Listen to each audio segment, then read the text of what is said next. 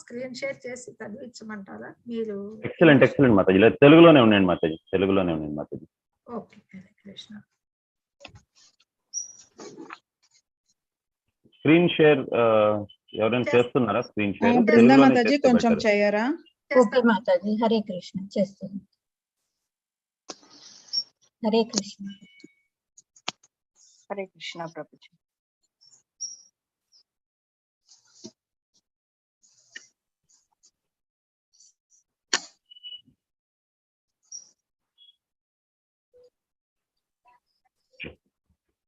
ओम ज्ञानतिमिरन्धस्य ज्ञानाञ्जनशलाकया चक्षुरुन्मीलितं येन तस्मै श्रीगुरवे नमः। श्रीचैतन्यमनोभीष्टं स्थापितं येन भूतले स्वयं रूप प्रकटमहं ददासि स्वपदान्तिकं। हे कृष्ण करुणा सिन्धु दीनबन्धु जगत्पते गोपेश गोपिका कान्त राधा कान्त नमोस्तुते। सप्त काञ्चन गौरंगी राधे वृन्दावनेश्वरी वृषभानुसुते देवी प्रणमामि हरिप्रिये। वाञ्छाकल्पतरुभ्यश्च कृपासिन्धुभ्यो एव च पतितानां पावनेभ्यो वैष्णवेभ्यो नमो नमः। नमो विष्णुपदाय कृष्णपृष्ठाय भूतले श्रीमते जयपताका स्वामी नित्यानंद। नमो आचार्य पादाय निताय कृपदाय गौरवदामदाय नगरग्रामताय। नमो विष्णुपदाय कृष्णपृष्ठाय भूतले श्रीमते भक्ति वेदांत स्वामी नित्यानंद। नमस्ते सरस्वती देवे गौरवाणी पितारिणी निर्विशेष शून्यवादी पाश्चात्य देशकारिणी। श्री कृष्ण चैतन्य प्रभु नित्यानंद श्री अद्वैत गदाधर श्रीवास आदि गौर भक्त वृंद। हरे कृष्ण कृष्ण कृष्ण हरे हरे, हरे राम राम राम हरे हरे। దయచేసి అందరు వైష్ణవులు నన్ను ఆశీర్వదించండి.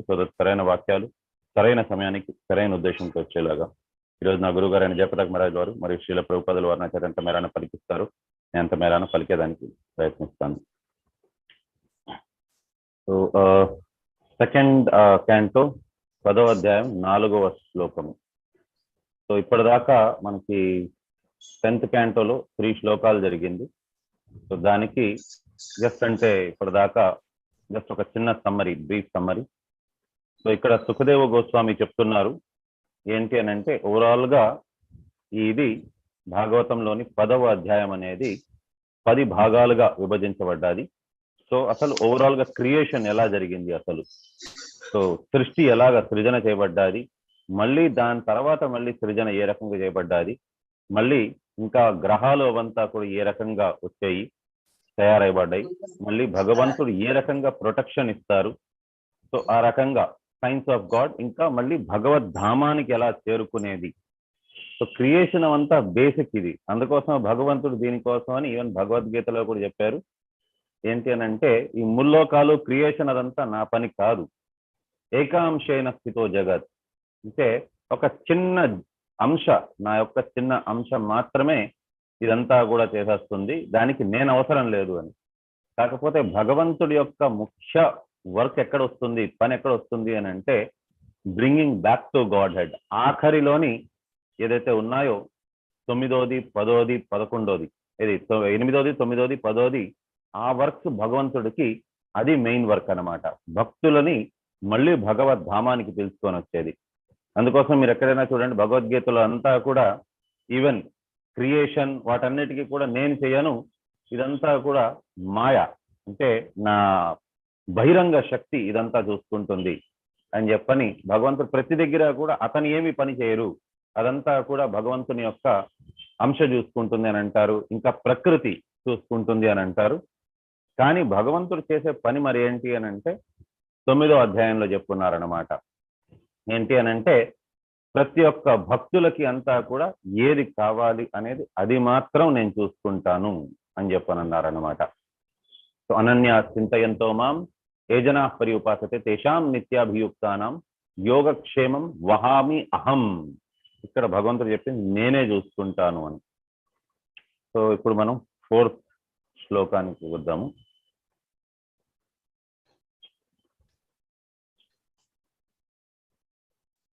స్థితిర్వైకుంఠ విజయాః. దయచేసి అందరూ చెప్పండి. స్థితిర్వైకుంఠ విజయః.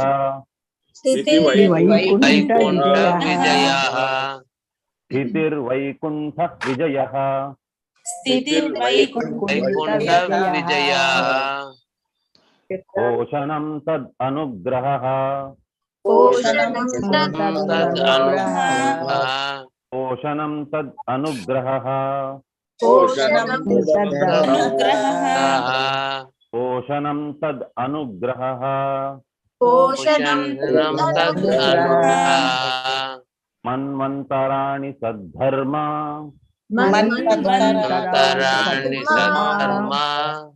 మన్వంతరాణి సద్ధర్మ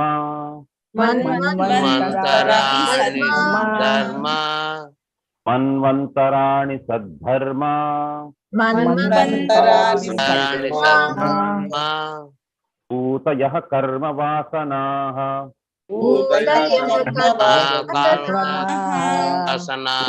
కర్మ వాసనాః పూతయః కర్మ వాసనాః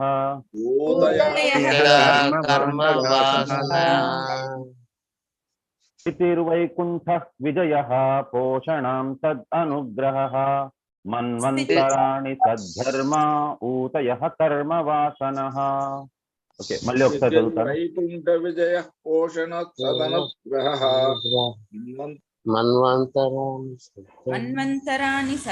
సద్ధర్మ ఉతయ కర్మ వాసన. ఓకే, నేను ఒకసారి ఒక్కొక్క లైన్ గా చదువుతాను. స్థితిర్వైకుంఠ విజయః స్థితిర్వైకుంఠ విజయ పోషణం తద్ అనుగ్రహః మన్వంతరాణి సద్ధర్మ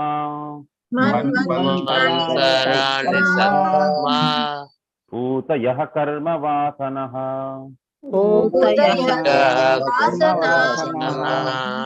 స్థితిర్వైకుంఠ విజయః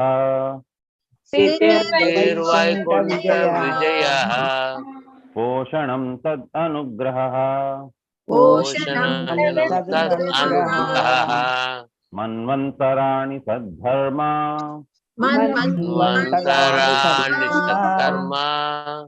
పూతయః కర్మ వాసనః.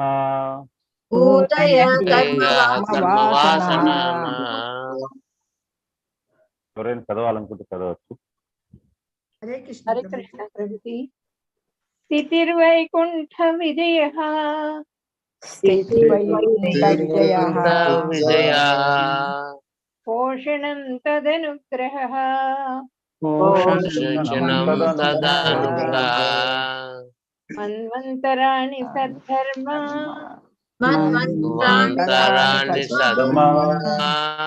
పూతయః కర్మ వాసనాః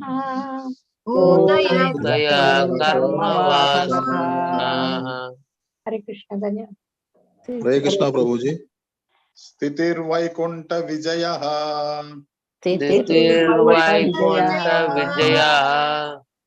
పోషణం తదనుగ్రహః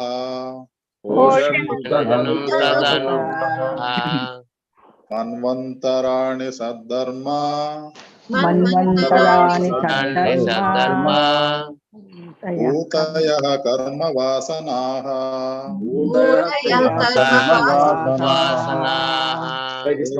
స్థితిర్వైకుంఠ విజయః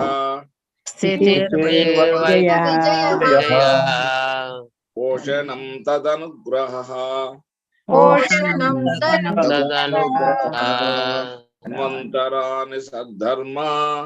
మన్వంతరాణి సద్ధర్మ పూతయః కర్మ వాసనః. హరే కృష్ణ ప్రభుజీ. స్థితిర్వైకుంఠ విజయ పోషణం తదనుగ్రహః మన్వంతరాణి సద్ధర్మ పూతయః కర్మ వాసనః.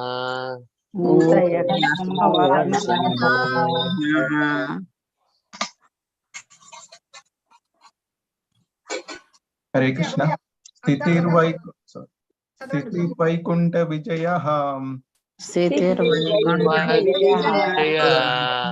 పోషణం తదనుగ్రహః మన్వంతరాణి సద్ధర్మ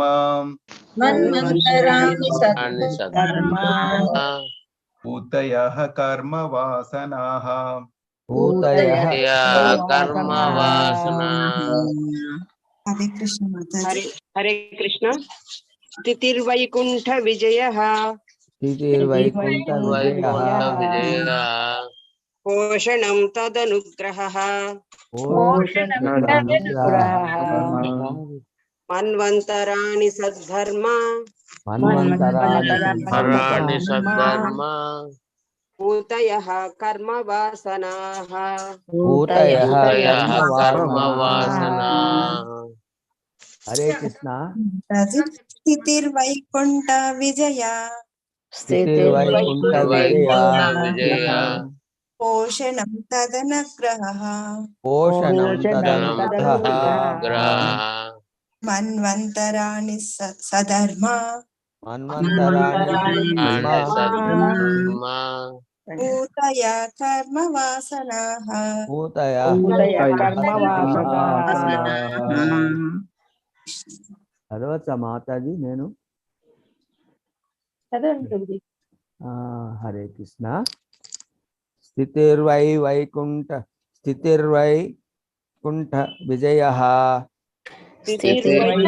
వైకుంఠ విజయ పోషణం తదనుగ్రహః పోషణం తదనుగ్రహ మన్వంతరాణి సద్ధర్మ భూతయః కర్మ వాసనాః భూతయ కర్మ వాసనాః. హరే కృష్ణ మాతాజీ. మీనింగ్ చెప్పించండి మాతాజీ. ప్రభుజీ ఉన్నారు ప్రభుజీ. ప్రభుజీ చెప్పండి. ఓ ప్రభుజీ ఉన్నారా? సరే. ఓకే. హరే కృష్ణ. యా భాస్కరయ్య గారు హ్యాండ్స్ రేస్ చేశారు, మీరు చదవండి ప్రభుజీ. ఇది word to word meaning. Hare Krishna Prabhuji. Hare Krishna Prabhuji. అందరికీ హరే కృష్ణ. స్థితి సరి అయిన పరిస్థితి. సరైన పరిస్థితి వైకుంఠ విజయ వైకుంఠుని విజయము. పోషణం పోషణము తత్ అనుగ్రహ అనుగ్రహ అతని నిర్హేతుక కరుణ.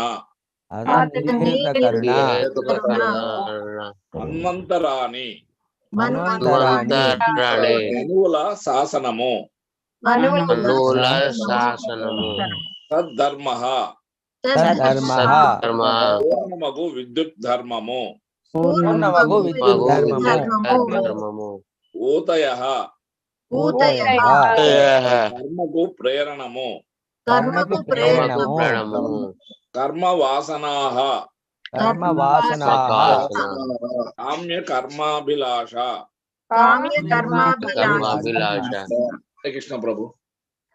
ఎస్ ప్రభు. ట్రాన్స్లేషన్ చదవండి ప్రభు. భాష్యము అనువాదం. భగవన్ నియమములను మన్నించుచు ఆ విధముగా ఆ దేవదేవుని రక్షణలో పూర్ణ మనశ్శాంతి యందుండుట జీవులకు సరైన స్థితి అయి ఉన్నది. మనువులు వారి నియమములు అనడి అంశములు జీవితమునందు సరి అయిన మార్గదర్శనము నొసగుటకు ఉద్దేశింపబడినవి.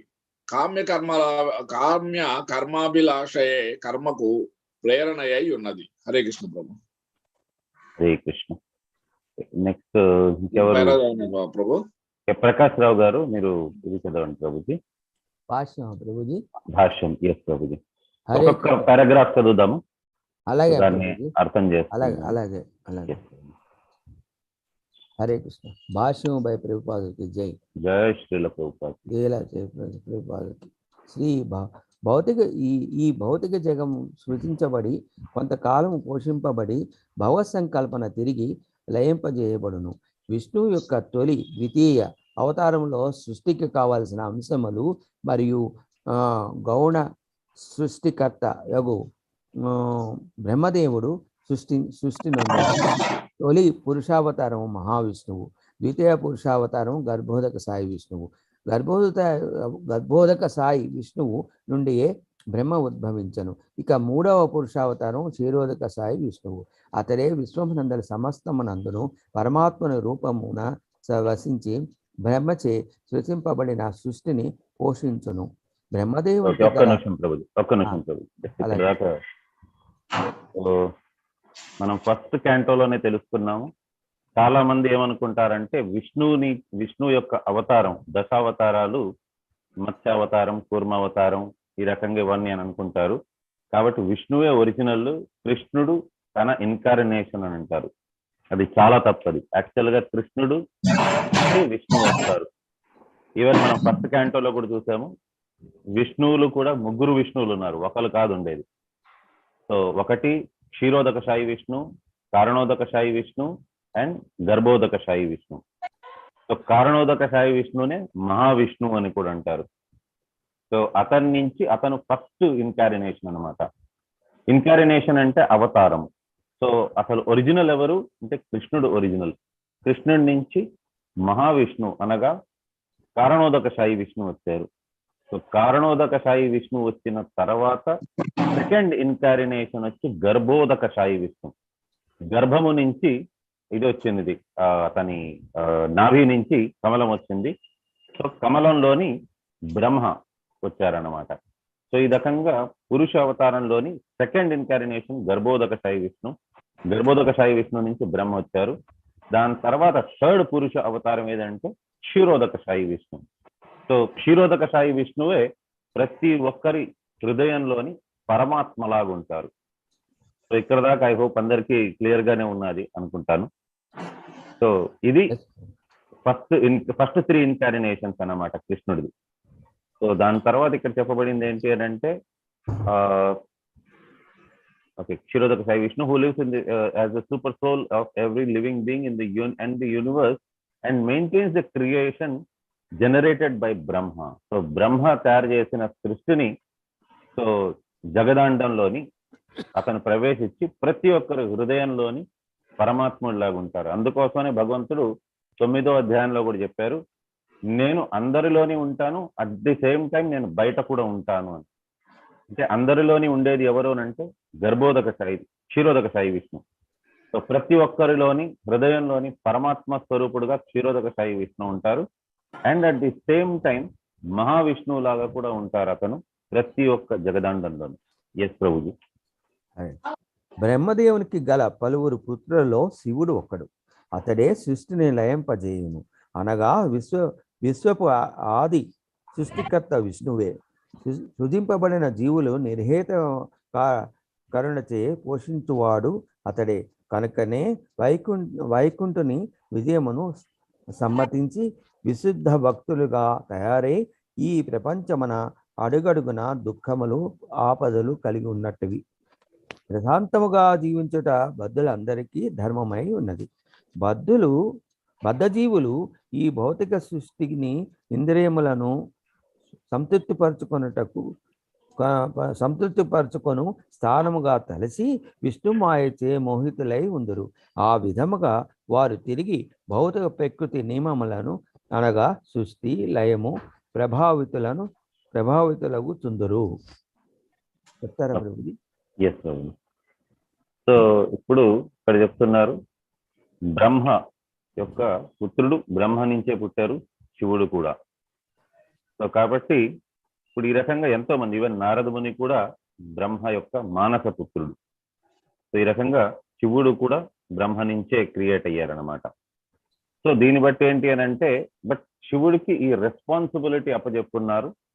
ఈ లోకం యొక్క అంటే ఇది ఎన్హిలేషన్ అంటే లయకి కారకులు శివుడు. బట్ ఒరిజినల్ గా మనందరికీ కూడా ఎవరు అసలు మనమంతా ఎక్కడి నుంచి సృష్టింపబడ్డాము అని అంటే, ఒరిజినల్ క్రియేటర్ ఎవరు అని అంటే ఒరిజినల్ క్రియేటర్ విష్ణు.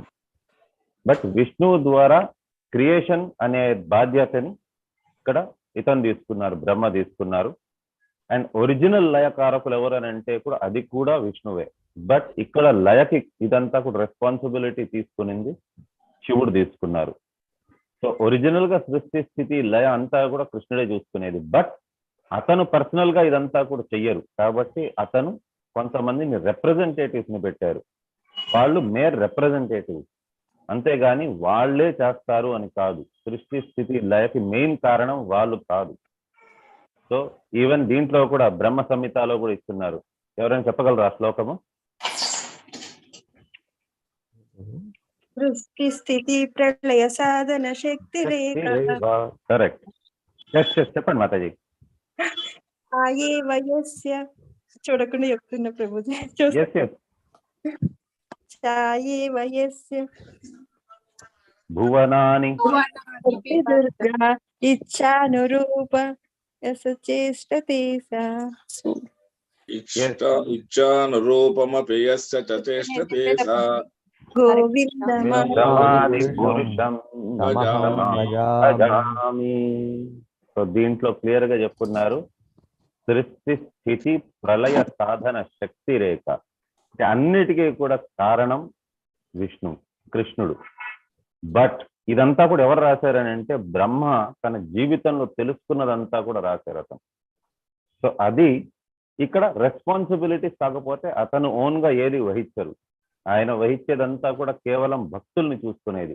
వహామి అహం అనేది కేవలం ఒకే ఒక పని ఆయన వహామి చేసేది. అతను నిర్వర్తించే పని ఒకటే ఒకటి. యాక్చువల్గా ఆయనకి రెస్పాన్సిబిలిటీస్ అంటూ ఏది లేవు. ఆల్రెడీ భగవద్గీతలో చెప్పేశారు, ఆయన్ని కర్మ బంధనాత్లో పెట్టేది కానీ ఆయనకి చేయవలసిన విధియుక్త ధర్మం అనేది కూడా ఏదీ లేదు భగవంతుడికి. బట్ భగవంతుడు ఎందుకు కర్మలు చేస్తున్నారు అని అంటే జస్ట్ బికాస్ అతన్ని చాలా మంది అంటే అతన్ని ఫాలో అవుతున్నారు కాబట్టి.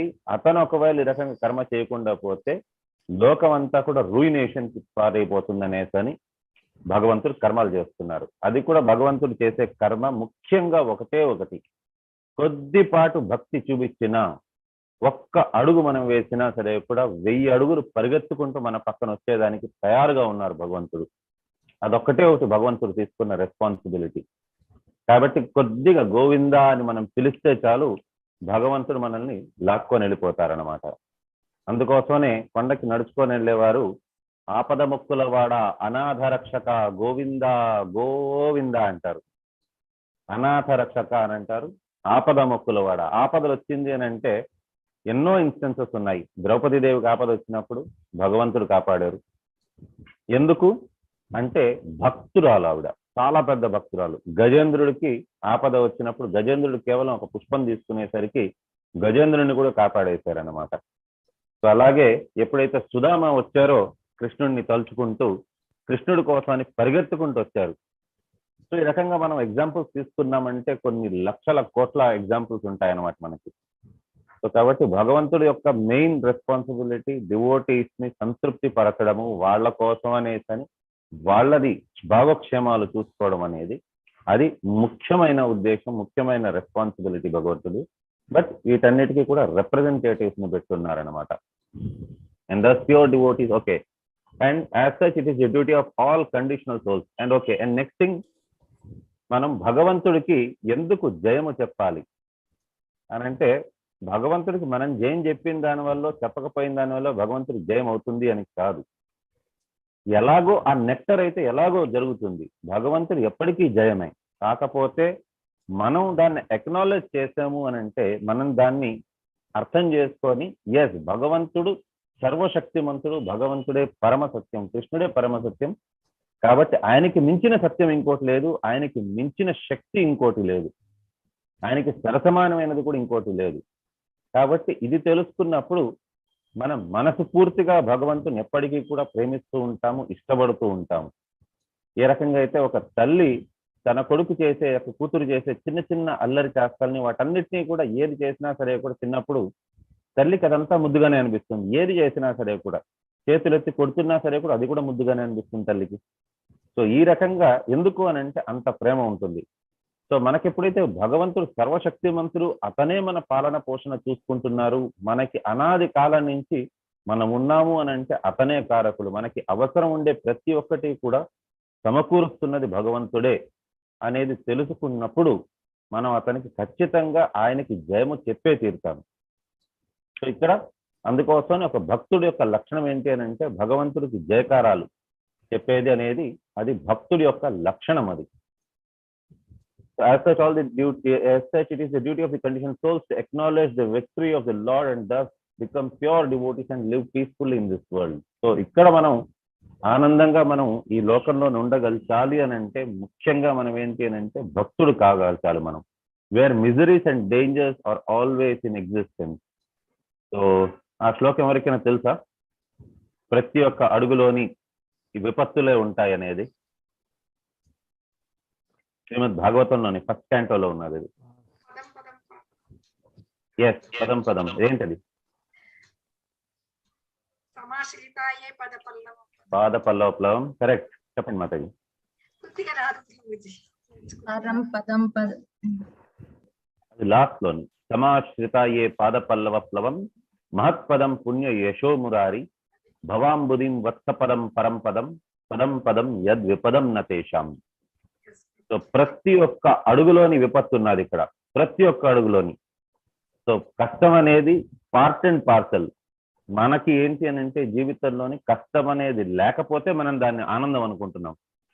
బట్ ఒరిజినల్ గా అయితే కష్టం అయితే ఉన్నది, ఆనందం అయితే ఇక్కడ లేదు. ఆనందం అనేది ఈ లోకంలోని ఎండమావి లాంటిది.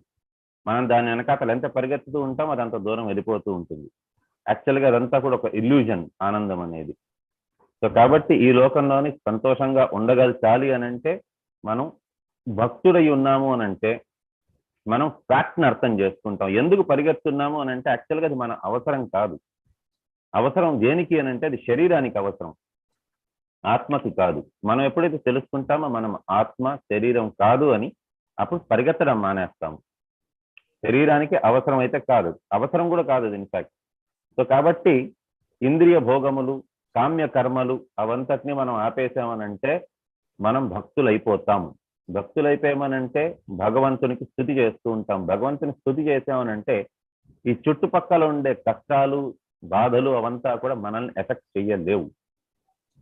Yes, the conditioned souls who take this material creation as the place for satisfaction of the senses and thus are illusioned by the external energy of Vishnu remain again in this to be the subject to the laws of material nature, creation and destruction. ఎవరైతే వారు ఈ శరీరానికి సంబంధించింది ఏముంటుంది? కామ్య కోరికలు, కామ్య కర్మలు, ఏదో ఒకటి కోరుకొని దాని ప్రకారంగా వారు చేయడం, ఇంద్రియ భోగం అనేది వారు అనుభవించాలి అని అనుకోవడం. అది ఎవరు చేస్తారు అని అంటే మూర్ఖులు చేస్తారు. ఎవరికైతే భగవద్గీత లేకపోయినా భగవంతుడి ద్వారా, ఇన్ఫాక్ట్ మీరు చూసారంటే ప్రతి ఒక్క పురాణము మనకి చెప్పేది ఏంటి అని అంటే కేవలం మనం ఈ శరీరం కాదు, ఆత్మ, కామ్య కర్మలు మానేయండి, ఇంద్రియ భోగము అనేది వదిలేయండి, బుద్ధి యోగాన్ని ఉపయోగించండి. బుద్ధిని ఉపయోగించడం అనేది అంటే ఏంటి అని అంటే ఇంటెలిజెన్స్ కి కన్నింగ్నెస్ కి డిఫరెన్స్ ఉన్నది. చాలా సన్నటి లైన్ ఆఫ్ డిఫరెన్స్ ఉన్నది. ఇంటెలిజెన్స్ అనేది మనం అందరికీ మంచి చేసేదాన్ని ఇంటెలిజెన్స్ అంటారు. అదే కానీ వారి స్వంత ఉపయోగాని కోసం ఆ ఇంటెలిజెన్స్ ని ఉపయోగిస్తున్నారంటే కన్నింగ్నెస్ అవుతుంది అది. బట్ ఇంటెలిజెన్స్ అనేది కూడా నిజం చెప్పాలి అని అంటే అది కేవలం ఈ శరీరానికి మంచి చేసేదైతే ఇంటెలిజెన్స్, బుద్ధి. కానీ బుద్ధి యోగం అనేది, కన్నింగ్నెస్ అనేది అన్నిటికంటే వర్స్ట్. అంటే దాన్ని ఏమంటారు? కన్నింగ్నెస్ ని ఇంగ్లీష్, తెలుగులోని కన్నింగ్నెస్ ఏమంటారు?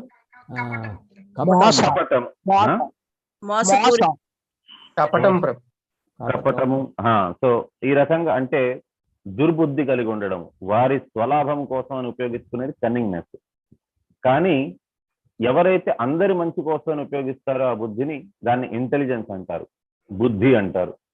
కానీ ఎప్పుడైతే వారి ఆత్మ కోసం, వారి ఆత్మనే కాదు ఇతరులందరికీ, ఆత్మలన్నిటినీ కూడా మంచి చేకూరుద్దామని అనుకునేది అది బుద్ధి యోగము. కాబట్టి అది అన్నిటికంటే, బుద్ధి యోగం అనేది అన్నిటికంటే ఉత్తమమైనది.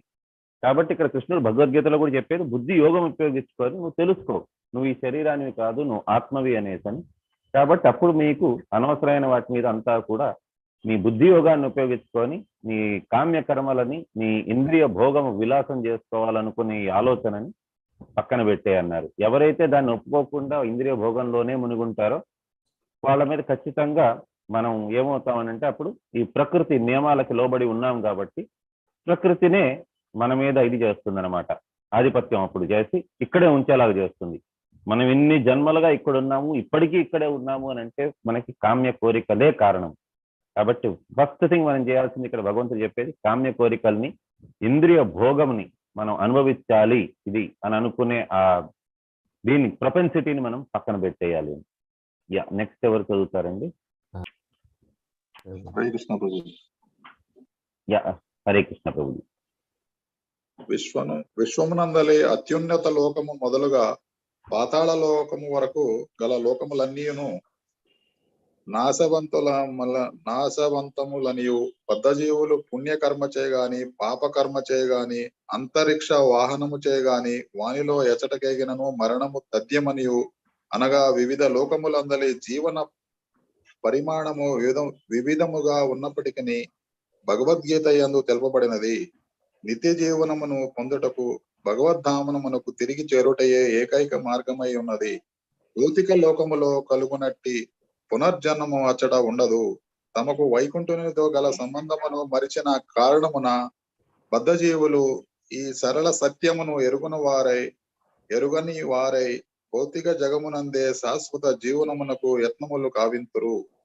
బాహ్య శక్తిదే మోహితులై వారు భగవద్ధామమును తిరిగి చేరుటకై తాము ఉద్దేశింపబడితమని మరిచి వివిధములగు ఆర్థిక ధార్మిక కర్మల యందు నియుక్తులగుదురు.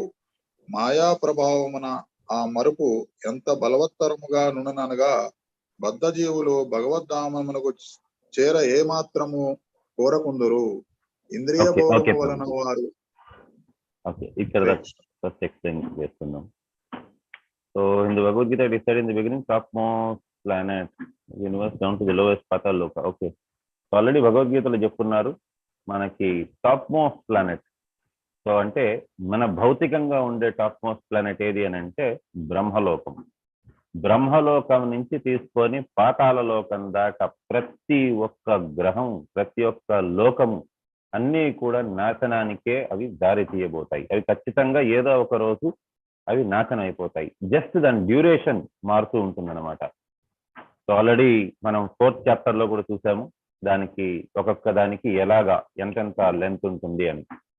సో కలియుగము ప్లస్ కలియుగానికి డబుల్ ద్వాపర యుగము, కలియుగానికి ట్రిపుల్ త్రేతాయుగము, అండ్ కలియుగానికి 4 times సత్యయుగము. సో వీటన్నిటినీ కలిపితే ఒక దివ్య యుగము అని అంటారనమాట. సో అది 43,20,000 అంటే 4,32,000 years ఒక్కొక్క యుగం, అది కలియుగంది. సో దానికి ఓవరాల్ గా దివ్య యుగం అనేది 43,20,000 సంవత్సరాలు. అది ఎంటైర్ దివ్య యుగంది ఒక ఇదనమాట. సో ఇలాంటి దివ్య యుగాలు 72. సో ఆ రకంగా ఒక్కటి చేసుకొని మనకి ఫైనల్ గా బ్రహ్మకి కూడా 100 years లైఫ్. జస్ట్ దట్ బ్రహ్మకి లైఫ్ ఏంటి అని అంటే మన లైఫ్ లాగా మన డేస్ అనేది తక్కువ ఉంటుందన్నమాట. కానీ బ్రహ్మకి ఒక రోజు అని అంటే కొన్ని లక్షల కోట్ల సంవత్సరాలు మన క్యాల్కులేషన్ ప్రకారంగా. సో ఈ రకంగా ఒక్కొక్కరిది లైఫ్ డ్యూరేషన్ అనేది డిఫరెంట్ ఉంటుంది different planets loan. But finally ఏంటి అని అంటే అందరిది కూడా ఎవరికైనా సరే కూడా జన్మ మృత్యు జరా వ్యాధి అది ఖచ్చితంగా దాంట్లోని వాళ్ళు పార్టిసిపేట్ చేయాల్సిందే. అండ్ మనకి భగవద్గీతలో కూడా చెప్తున్నారు ఇవన్నీ లోకాల్లోని జన్మ మృత్యు జరా వ్యాధి ఉంటుంది, కానీ ఒక్క లోకం మాత్రం ఉంది ఎక్కడైతే వీటన్నిటితోని సంబంధం అనేదే లేదు. అక్కడ సృష్టి జరగదు, స్థితి జరగదు, లయ జరగదు. అక్కడ ఏంటి అని అంటే కేవలం ఆనందం అనేది ఉంటుంది, భగవంతుడు ఉంటారు, సచ్చిత్ ఆనంద స్వరూపాలు ఉంటారు ప్రతి ఒక్కరు కూడా. సో అలాగుంటుందంట. సో ఈవెన్ లాస్ట్ చాప్టర్ లో మీరు కూడా చూసారు వైకుంఠ లోకం అనేది ఎలా ఉంటుంది అనే దాని గురించి మనకి 9th chapter లో చెప్పున్నారు. ప్రతి ఒక్కరు కూడా చాలా చాలా అందంగా ఉంటారు, అక్కడ శంఖ చక్ర గదా పద్మములు వేసుకొని ఉంటారు అని. సో ఆ రకంగా ఉంటుంది ఆ లోకం. సో అక్కడ ఏంటి అని అంటే ఆ శ్లోకం ఎవరికైనా గుర్తుందా? అక్కడికి వెళ్ళిన తర్వాత మళ్ళీ తిరిగి రావాల్సిన అవసరం లేదు అనేది. ఆ బ్రహ్మ భువనాల్లో ప్రభుజీ చెప్పండి మాతాజీ. ఇంకొకటి కూడా ఉన్నది. పునరావర్తినో అర్జున మాముపేత్యతు కౌంతేయ పునర్జన్మన విద్యతే. ఎక్సలెంట్. పునర్జన్మ అనేది మళ్ళీ అక్కడ ఉండదు. ఇంకోటి కూడా ఉన్నది శ్లోకం. నతద్భాసయతే ప్రభు. ఎస్ చెప్పండి ప్రభుజీ. హరే కృష్ణ. నతద్భాసయతే సూర్యో న శశాంకో న పావకః యద్గత్వా న నివర్తంతే తద్ధామ పరమం మమ. అక్కడికి వెళ్ళిన తర్వాత మళ్ళీ తిరిగి రావాల్సిన అవసరమే లేదు. మనం ఈ లోకాల్లో ఉన్నాము, ఈ లోకాల నుంచి ఆ లోకానికి వెళ్ళడమే అన్నిటికంటే కష్టమైనది. ఇంకోటి కూడా ఉంది ప్రభుజీ, అవ్యక్తోక్షరిత్యక్తం. ఎస్ ఎస్, చెప్పండి. అవ్యక్తోక్షరిత్యక్తం సమాధి యత్ప్రాప్య నివర్తంతే తద్ధామ పరమం మమ సంథింగ్. ఎస్ ఎస్, యద్గత్వా న నివర్తంతే తద్ధామ పరమం మమ. సో 8th చాప్టర్లో అది. సో ఎక్కడికైతే మనం వెళ్తామో ఆ లోకానికి ఒకసారి వెళ్ళామనంటే మళ్ళీ తిరిగి రావాల్సిన అవసరమే లేదు మనకి అనేది ఆ రకంగా చెప్పున్నారు భగవంతుడు. సో మనం మన ఓన్ ప్రాక్టికల్ మీన్స్ త్రూ, మనం రాకెట్స్ త్రూ వాటిలో నుంచి మనం వేసుకొని వెళ్తాము. ఇంటర్ ప్లానెటరీ ట్రావెల్ అయితే ఇప్పటిదాకా అయితే కాలేదు. ఇంకా ఇప్పటిదాకా మాక్సిమం వెళ్ళింది మార్స్ దాకానే. అది కూడా మార్స్ అనేది నెక్స్ట్ నియరెస్ట్ ఇది ప్లానెట్ మనకి. సో ఎర్త్ తర్వాత వచ్చేది మార్స్. ఇప్పటిదాకా హైయెస్ట్ అచీవ్మెంట్ ఇప్పటిదాకా ఏదైనా ఉన్నది అని అంటే మార్స్ మీద సాఫ్ట్ ల్యాండింగ్ ఒకటి చేయగలిచారు.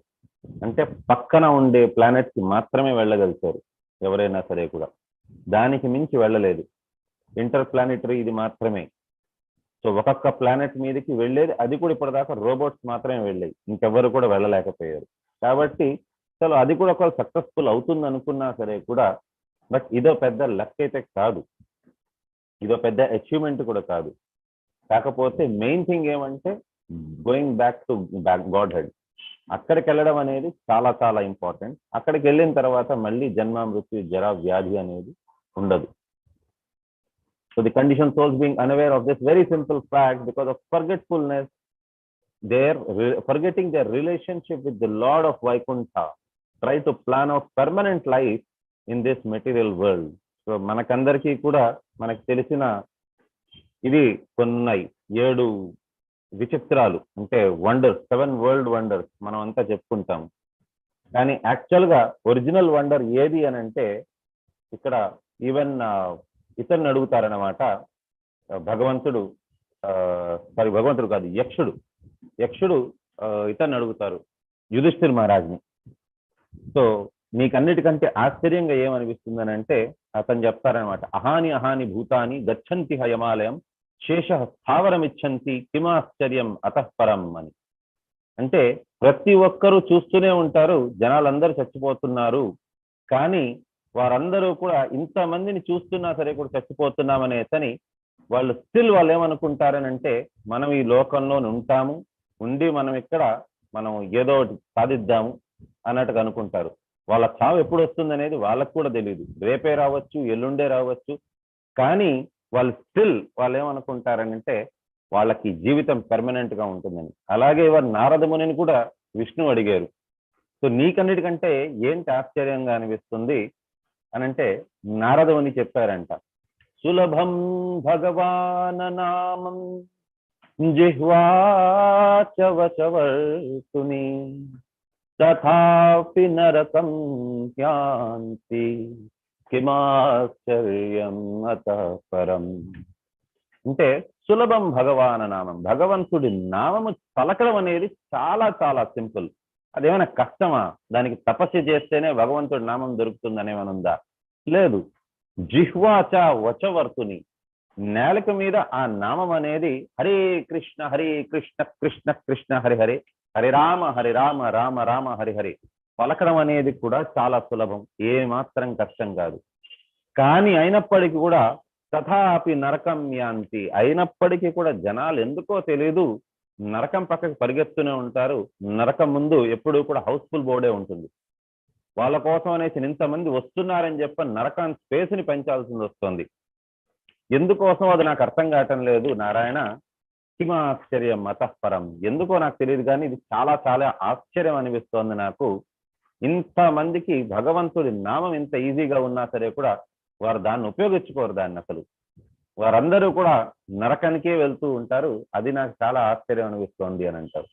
సో ఆ రకంగా మనం ఎందుకోసం ఇదంతా అవుతోంది అని అంటే మనం మర్చిపోయాం, మనం అసలు ఎవరు అనేది మర్చిపోయాము, మనకి భగవంతుడికి మధ్యన రిలేషన్ ఏంటి అనేది మనం మర్చిపోయాము. కాబట్టి మనం ఏంటి అని అంటే భగవంతుడిని పక్కన పెట్టేసి ఇంద్రియ భోగముల మీదే మనం ఫోకస్ చేస్తున్నాం. ఈ రకంగా మనం ఇంద్రియ భోగముల మీద ఫోకస్ చేసేసరికి మన ఆధిపత్యం అప్పుడు భగవంతుడు తీసుకోలేరు. అప్పుడు ఆధిపత్యం ఎవరు తీసుకుంటారంటే ప్రకృతి, బహిరంగ శక్తి ఆవిడ తీసుకుంటారనమాట. మనం బహిరంగ శక్తి యొక్క మాయలోని చిక్కుకుపోయి ఉంటాం అనమాట. ఓకే, ఎస్ చెప్పండి ప్రభు, నెక్స్ట్ చదవండి ప్రభు. ఇంద్రియ భోగము వలన వారు నిరంతర జన్మ మృత్యువులకు బలి అయి విష్ణువును తిరిగి చేరుటకు అవకాశమసు మానవ జన్మను వృధా కావింతురు. వివిధ యుగములందు కల్పములందు మనువులచే తయారు చేయబడిన మార్గదర్శక శాస్త్రములు సద్ధర్మములు అనగా మానవులకు సరి అయిన మార్గదర్శనము అని పిలువబడును. జీవితమును విజయవంతముగా ముగించుటకు మానవులు తమ శ్రేయస్సును అభిలాషించుచు ఆ శాస్త్రముల నుండి తప్పక లాభమును గడించవలసి ఉన్నది. ఈ సృష్టి మిథ్య కాదు. బద్ధజీవులు భగవద్ధామమును తిరిగి చేరుటకు వసగబడినటువంటి అవకాశమే ఈ తాత్కాలిక వ్యక్తీకరణము. భగవద్ధామమును కాబట్టి మనువులు అంతా కూడా ఏంటి అని అంటే వారు సద్ధర్మాన్ని అంటే మనిషి చేయవలసిన విధియుక్త ధర్మములు ఏంటి అనేది దాని మీద సద్ధర్మములు అంతా కూడా మనువులు నేర్పిస్తారు. సో దాన్ని మనం పాటించుకుంటూ ఉన్నామనంటే మనం స్లోగా డివోషనల్ లైఫ్ సైడ్కి వెళ్ళే అవకాశం ఉన్నది అని. అండ్ మామూలుగా కొంతమంది అంటారు బ్రహ్మ సత్యం జగత్ మిథ్యం అని. జగన్ మిథ్య కాదు, అది తాత్కాలికము, కానీ మిథ్య అయితే కాదు అది. కాబట్టి అది మాయావాద ఫిలాసఫీ అంటారు. బ్రహ్మ సత్యం జగత్ మిథ్యం. బ్రహ్మ సత్యం కరెక్టే, అతను పరమ సత్యం, కానీ జగత్ మిథ్యం కాదు. జగత్ అనేది అది తాత్కాలికమైనది. ఎస్ నెక్స్ట్ చదవండి. హరే కృష్ణ. ఎస్ భగవద్ధామమును చేరవలనడి కోరిక ఆ సంబంధమున వనరింపబడి కర్మములో సరి అయిన కర్మ పదము కాగలదు. అట్టి నియమిత పదమును చేపట్టినప్పుడు భక్తులకు భగవానుడు తన నిర్హేతుక కరుణచే పూర్ణ రక్షణము నొసగను. కానీ భక్తిరహితులు మాత్రము తమ కర్మలచే కామ్య కర్మ ఫలపు శృంఖలమున తమను తాము బంధించుకుందరు. సద్ధర్మము అనడి పదము ఈ సందర్భమున ప్రధానమైనది. భగవద్ధామమును చేరుటకు సద్ధర్మమును వనరించుచు ఆ విధముగా వివిధ విశుద్ధ భక్తునిగా నగుటయే పవిత్ర కర్మము. ఇతరులు తాము పవిత్రులైనట్లుగా నటించినను వాస్తవమునకు పవిత్రులు కాబోరు. కేవలము ఈ కారణమునే శ్రీకృష్ణ భగవానుడు భగవద్గీత యందు ఈ ఉపదేశం మొసిగి ఉన్నాడు. భౌతిక అస్తిత్వపు ప్రమాద భరిత జీవనము వలన కలిగడి సమస్త దుఃఖముల నుండి బయటపడుటకు మనుజుడు సర్వ విధములకు నామమాత్ర ధర్మ కార్యములను త్యజించి శ్రీకృష్ణ భగవానుని భక్తియుత సేవయందు పూర్ణముగా నెలకొలవలసి ఉన్నది. సద్ధర్మమునందు నిలిచి కర్మనొసుగుట సరి అయిన జీవన మార్గమై ఉన్నది. భగవద్ధామమునకు తిరిగి చేరుటయే మనుజుని జీవిత లక్ష్యము కావాలని కాని తాత్కాలికగా అస్తిత్వము కలిగినట్టు మంచి లేదా చెడు దేహములను పొందుచు భౌతిక జగమున జన్మ మృత్యువుల వాతపడుట కాదు. మానవ జీవితపు మేధస్సు దీని యందే కలదు. అటువంటి జీవన కర్మలచే మనుజుడు ఆకాంక్షింపవలెను. హరే కృష్ణ. సో కృష్ణుడు మనకి భగవద్గీత ఫస్ట్ చాప్టర్ అర్జునుడి యొక్క విషాదం అయినప్పటికీ కూడా అతను భగవంతుడిని ఆశ్రయించారు కాబట్టి అది యోగం అయింది. అర్జున విషాద యోగం. ఆయన కష్టాలు చెప్పుకున్నారు. కృష్ణుడు డిఫరెంట్ సొల్యూషన్స్ ఇచ్చుకుంటూ వచ్చారు. ఒక్కొక్క ప్రాబ్లంకి ఒక్కొక్క సొల్యూషన్ ఇచ్చుకుంటూ వచ్చారు. బట్ ప్రతి ఒక్క సొల్యూషన్ కూడా ఏంటి అని అంటే ఫైనల్ గా భగవంతుడి దగ్గరికే చేర్చేలాంటి సొల్యూషన్.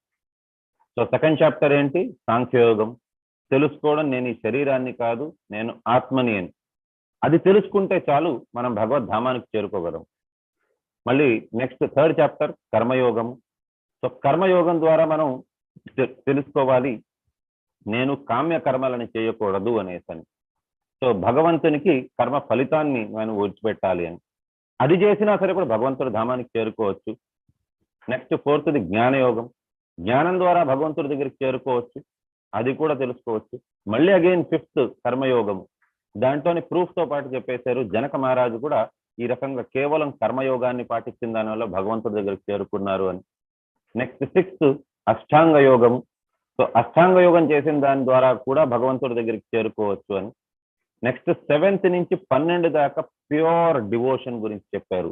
డివోషన్ అనేది ఎంత అందంగా ఉంటుంది, ఎంత బాగుంటుంది, అసలు ఎంత రసభరితంగా ఉంటుంది అనేసి. సో దాని తర్వాత మళ్ళీ జ్ఞానం గురించి చెప్పున్నారు. ఏ ఒక్కటి పాటించినా సరే కూడా భగవంతుడి దగ్గరికి చేరిపోవచ్చు. బట్ ఇవన్నీ కూడా ఏంటి అని అంటే సద్ధర్మాలు అన్నమాట. ఒక్కొక్కటి గురించి చెప్పబడింది ఏదైతే కృష్ణుడు ఇక్కడ చెప్పారో సెకండ్ చాప్టర్ నుంచి అవన్నీ కూడా యాక్చువల్ గా మనువు కూడా అదే చెప్పున్నారు. అదంతా కూడా దాన్ని సద్ధర్మములు అది పాటించుకుంటూ వెళ్ళారంటే ఫైనల్ గా భగవంతుడి దగ్గరికి చేరుకుంటారు అని. బట్ కృష్ణుడు లాస్ట్ లోని 18th చాప్టర్ లోని ఒకటి చెప్పారు, ఒక శ్లోకము. ఎవరైనా చెప్పగలరా అది? దీనికి సర్వధర్మాన్ పరిత్యజ్య మన్మనాభవ భక్తతో సర్వధర్మాన్ పరిత్యజ్య. ఫస్ట్ మన్మనాభవ మద్భక్తో, నాకు భక్తుడైపో. మన్మన అంటే ఎప్పుడు మనసులో నన్నే ఆలోచిస్తూ, భవ మద్భక్తో నా భక్తుడు అయిపో. సో మధ్యాజీ అంటే మనసులో ఎప్పుడూ కూడా నన్నే పెట్టుకొని నన్నే ఆలోచిస్తూ ఉండు. మాం నమస్కురు, నాకు నమస్కారం పెడుతూ ఉండు. ఈ రకంగా చేసావనంటే ఖచ్చితంగా నువ్వు నా దగ్గరికి వస్తావు అని అన్నారు. అండ్ ఫైనల్ గా చెప్పింది భగవంతుడు అతని డివోటీకి, అర్జునుడికి ఏంటి అని అంటే, ఇవన్నీ ఏదైతే సద్ధర్మాలు అవంతా కూడా ఇంతకు ముందు చెప్పానో అవన్నిటికీ కూడా ఒక కామన్ ఇది లింక్ ఒకటి ఉన్నది. అది ఏంటి అని అంటే డివోటీ అవ్వడం. కానీ ఒకవేళ నువ్వు డివోటీ కాలేదు అని అంటే ఆ మిగతా సద్ధర్మాలు చేసి కూడా ఉపయోగం లేదు అర్జున. కాబట్టి అర్థం చేసుకో ఏంటి అని అంటే, నువ్వు ఇంకా సర్వధర్మాన్ పరిత్యజ్య మాం ఏకం శరణం రజ. అన్ని ధర్మాలు విడిచిపెట్టే, ఈ సద్ధర్మాలు అవంతా ఏదైతే చెప్పానో అవన్నీ కూడా అవసరం లేదు నీకు, అవన్నీ విడిచిపెట్టే. మాం ఏకం, నాకు మాత్రమే అని అంటున్నారు కృష్ణుడు. కృష్ణుడికి మాత్రమే మనం శరణాగతి పొందాలి. ఈ రకంగా చేస్తే ఏమవుతుంది? మాం ఏకం శరణం రజ అహం త్వాం సర్వ పాపేభ్యో, అన్ని పాపాల నుంచి నేను విముక్తినిస్తాను. మోక్షయిష్యామి మాసుచ, మోక్షాన్ని కూడా ప్రసాదిస్తాను. ఇంకెవ్వరు కూడా ముల్లోకాల్లోని కూడా ఎవరు మోక్షాన్ని ప్రసాదించగలిచే అంత అథారిటీ ఇంకెవ్వరికీ లేదు, ఎవరికీ లేదనమాట. జన్మ మృత్యు జర వ్యాధి చక్రం నుంచి బయటికి తీయడానికి అధికారం ఎవరి దగ్గర లేదు. శివుడికి లేదు, బ్రహ్మకి లేదు, ఇంకెవ్వరికి కూడా లేదు. కేవలం అంటే కేవలం నారాయణుడికి, కృష్ణుడికి మాత్రమే ఉన్నది. కాబట్టి ఒకవేళ భక్తి అనేది చెయ్యకుండా మిగతా ఏ సద్ధర్మం చేసినా సరే కూడా అది పనికి రాదు అని అంటున్నారు. కాబట్టి ఫైనల్ గా భగవంతుడు చెప్పింది, చాలా మందిని ఎవరినైనా అడగండి మీరు భగవద్గీత యొక్క సారాంశం ఏంటి అని అంటే వాళ్ళు ఏదేదో చెప్తూ ఉంటారు. కర్మణ్యేవాధికారస్య మా ఫలేషు కదాచన. అది ఈవెన్ ఒక చాప్టర్ యొక్క సారాంశం కూడా కాదు. అది సెకండ్ చాప్టర్ లోని జస్ట్ ఒక పాయింట్ లాగా పెట్టున్నారు. ఎస్, డెఫినెట్లీ ఇంపార్టెంటే. కర్మలన్నింటినీ కూడా భగవంతుడి కోసం చెయ్యాలి. బట్ కర్మ యొక్క ఫలితాన్ని మనం భగవంతుడికి విడిచిపెట్టాలి. బట్ అది అయితే ఓవరాల్ సారాంశం కాదు. అది ఒక చాప్టర్ యొక్క సారాంశం లాగా తీసుకోవచ్చు. థర్డ్ చాప్టర్ కి సెకండ్ చాప్టర్ లో ఆ శ్లోకం ఉన్నది, బట్ థర్డ్ చాప్టర్ యొక్క సారాంశం అది తీసుకోవచ్చు. ఆర్ ఫిఫ్త్ చాప్టర్ యొక్క సారాంశం లాగా దాన్ని తీసుకోవచ్చు. ఒక్కొక్క చాప్టర్ కి ఒక్కొక్క సారాంశం ఉంటుంది. బట్ ఫైనల్ గా భగవద్గీత యొక్క సారాంశం ఏంటి అని అంటే, మనం మన్మనాభవ మద్భక్తో అదొకటి, అండ్ సర్వధర్మాన్ పరిత్యజ్య, దాన్ని అందుకోసమనే చరమ శ్లోకాలు అంటారు. భగవంతుడు దాని తర్వాత ఇంకే ఇన్స్ట్రక్షన్ ఇవ్వలేదు, కేవలం అందుకోసమనే చెప్పారు డివోటీ అయిపోమని చెప్పని. శ్రీల ప్రభుపాదుల వారు మనకి ఈవెన్ 18th చాప్టర్ దాకా కూడా పట్టుకెళ్ళట్లేదు. రైట్ ఫ్రమ్ ఫస్ట్ చాప్టర్ మనకి ప్రతి దగ్గర అదే చెప్తున్నారు, డివోటీ అయిపోండి, కృష్ణుడికి డివోటీ అయిపోండి అని. ఎందుకంటే మనకు తెలియదు మనం 18th చాప్టర్ దాకా మనం చదివేంత దాకా ఉంటామా, లేకపోయిందా అసలు ఈ క్లాస్లోనే ఉంటామా, లేకపోయిందా మనకు అర్థం అవుతుందో కాదో తెలియదు. ఒకే పాయింట్ని మాటికి 100 సార్లు చెప్తూ ఉండేసరికి అది మన మైండ్లో పడిపోవాలి. అందుకోసమని కృష్ణుడు అర్జునుడికి ఛాన్స్ ఇచ్చారు. ఎందుకనంటే అర్జునుడు అంత గొప్ప భక్తుడు కాబట్టి. మనకంత తెలివితేటలు లేవు, కలియుగ వాసులం మనం. మనకేంటంటే సుమంద మంద మతయోహో, మనకంతా కూడా ఏంటనంటే చాలా మందబుద్ధి కలిగిన వాళ్ళం. తెలివి అనేది మనకి పనిచేయదు, బుద్ధి అనేది పనిచేయదు. కాబట్టి మనకేంటనంటే ప్రతిదాన్ని ఒకదాన్ని 100 సార్లు చెప్తే గానీ మనకి అర్థం కూడా కాదు. కాబట్టి భగవంతుడు చెప్పేది ఏంటి అని అంటే, ఇక్కడ ఫైనల్ గా నువ్వు డివోటీ అయిపో, డివోటీ అయిపోతే ఇంకేది కూడా చేయవలసిన అవసరం లేదు అని అన్నారు. సో ఇక్కడతో మనం విరామం తీసుకుందాం. వంశాకల్పతరుభ్యశ్చ కృపా సింధుభ్య ఏవ చ పతితానాం పావనేభ్యో వైష్ణవేభ్యో నమో నమః. అనంత కోటి వైష్ణవ వృందకి జయ హో. నమాచార్య శ్రీ హరిదాస్ ఠాకూర్. ఎవరికి